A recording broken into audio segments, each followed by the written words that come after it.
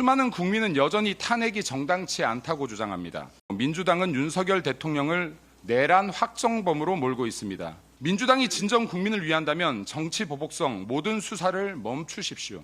윤석열 대통령과 김건희 여사 석방하십시오. 김민수 최고위원의 발언에 대해서는 저희가 당 지도부의 합의된 그런 의견은 아닙니다. 제가 여러 차례 말씀드린 것처럼 국민적 상식과 합리성, 보편성 기준에 맞춰서 저희가 판단하고 움직이도록 하겠습니다. 예, 이것도 모든 패널께 여쭙고 이거 마무리해야 될 것 같습니다.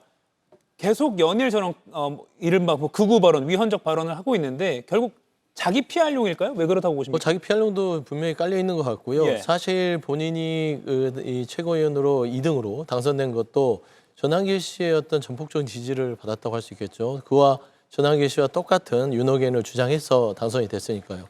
더 강하게 함으로써 본인의 입지를 단단히 하겠다는 것 같고, 근데 사실 저 발언이 반헌법적인 발언입니다.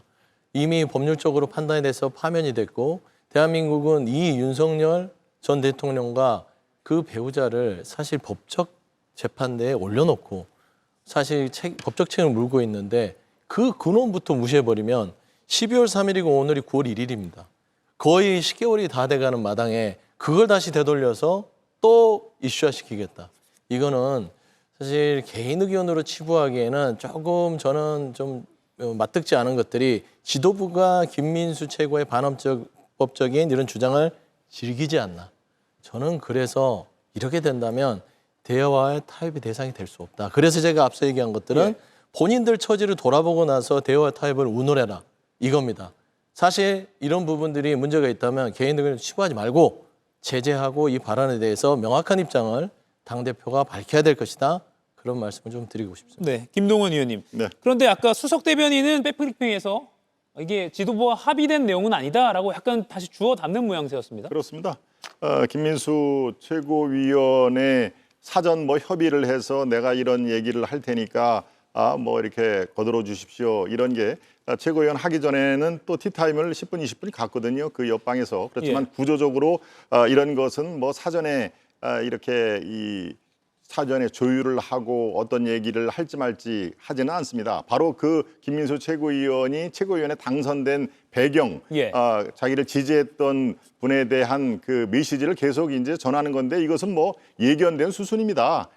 최고위원에 그 등극을 하면은 최고위원 회의에서 저런 얘기를 쏟아낼 것이다라는 것은 당 안팎에서 예의지연을 하는 건데요. 그런데 더 중요한 것은 바로 장동혁 대표를 비롯해서 다른 지도부가 여기에 대해서 맞장구를 치지 않는 상황도 지금 현재 냉철하게 이걸 봐야 됩니다. 이른바 파부침주라는 말이 있습니다.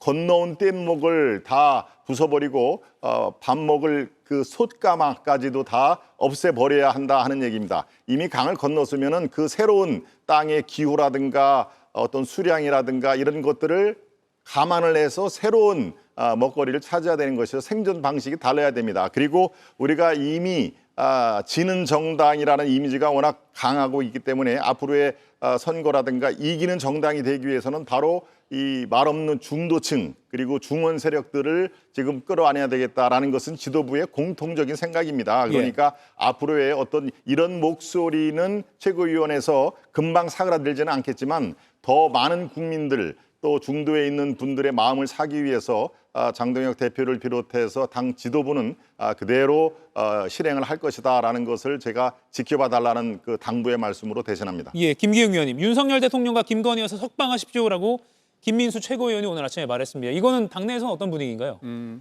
아무래도 지금 김민수 후보의 어떻게 보면 최고위원으로서 본인의 어떤 강한 메시지를 던지는 면이 없지 않아 있습니다. 근데 다만 저희가 장동혁 대표도 끊임없이 민주당이 던져온 그 내란과 극우 프레임과 맞서서 이 부분에 대해서 싸우고, 그러니까 이번에 전당대회에 대해서 많은 사람들이 그리고 일부 언론과 민주당에서는 자꾸 탄핵에 대한 찬반의 어떤 구도 속에서 이 모든 것들을 해석을 하려고 합니다. 그렇다면 광장과 거리에서 수많은 사람들이 그렇게 외쳤던 그 내용이 이재명 이란 사람이 대통령이 됐을 때 빚어질 수 있는 그런 현실적인 어떤 문제점, 그렇기 때문에 탄핵보다는 다른 방법론으로 이 문제를 접근할 수 있는지에 대한 어떤 이론이 있을 수밖에 없고요. 지금 국민의힘의 입장은 명확합니다. 계엄에 동의하지 않습니다. 그렇지만 탄핵에 대해서 찬반의 입장이 있는 거고요. 그리고 그럼에도 불구하고 헌재 결정에 대한 파면 결정에 대해서는 수긍을 합니다. 다만 지금 윤석열 전 대통령이 내란이라고 곧바로 등치시킬 수 있는 건 아닙니다. 계엄이 곧 내란이지 여부에 대해서는 형사 재판 중이기 때문에 김문수 최고위원의 워딩을 그대로 제가 옮기자면 지금 내란 확정범으로 몰고 있는 거는 사실 아직 거기까지 나오지는 않은 거 아닌데 사실 지금 우리 패널 분들도 기정사실화하고 있고 국민의힘이 어떤 일을 하든지 간에 환원주의적으로 모든 것들은 계엄은 곧 내란이기 때문에 당신들이 그거에 대해서 그 이상으로 무슨 얘기를 하겠느냐. 우리가 비록 잘못을 하더라도 당신들이 떳떳하겠느냐. 여기에서 모든 것들이 발생한다는 거죠. 그런데 역설적으로 뭐냐. 지금의 수많은 권력을 가지고 있고 견제 받아야 될 정부가 어디입니까? 이재명 정부입니다. 왜냐? 권한이 있는 만큼 책임이 있는 거거든요. 그런 측면에서 저희는 문제 제기를 하는데 지금 내란과 극우라는 그 프레임 속에서 장동혁 대표와 지금의 최고위에서 이 부분에 대한 어떤 프레임 싸움에서 적극적으로 우리가 이 부분에 대해서 관철시켜야 된다는 그런 어떤 마음은 있는 것 같습니다. 박준영 의원님, 표정이 말씀을 해주시는 것 같습니다. 아니, 그냥 사과하면 되잖아요. 사과하면은 그다음부터 이재명 정부 공격할 수 있는 기회가 생기잖아요. 왜 사과를 안 해요? 참 기가 차서 말이 안 나오는데 불법 계엄인데 탄핵 사유가 아니다. 대통령은 불법 저질러 가지고 군대를 동원했는데 그게 탄핵 사유가 아니다. 말이 안 되잖아요. 그죠? 자, 그러면 탄핵을 옹호한다.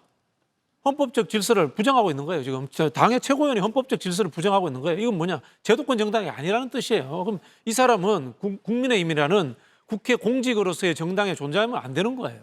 이걸 이 사람을 옹호하면 어떻게 합니까? 이 사람은 그냥 국회의원 그만두고 당적 그만두고 나가가지고 아스팔트에서 계셔야 되는 거예요. 제도권 정치에 들어오면 안 되는 거예요. 그런 것들을 스스로 자정해야지 이재명 정부를 비판하든 뭘 할 수 있는 것 아니겠습니까? 결국은 저런 분하고 우리가 어떻게 악수하고 저런 분하고 어떻게 대화를 섞습니까? 말이 안 통하는 사람인데 헌법적 질서를 부정하는데요. 이가혁 라이브를 시청해 주셔서 고맙습니다. 이가혁 라이브는 평일 오후 5시 TV와 유튜브로 실시간으로도 함께 하실 수 있습니다.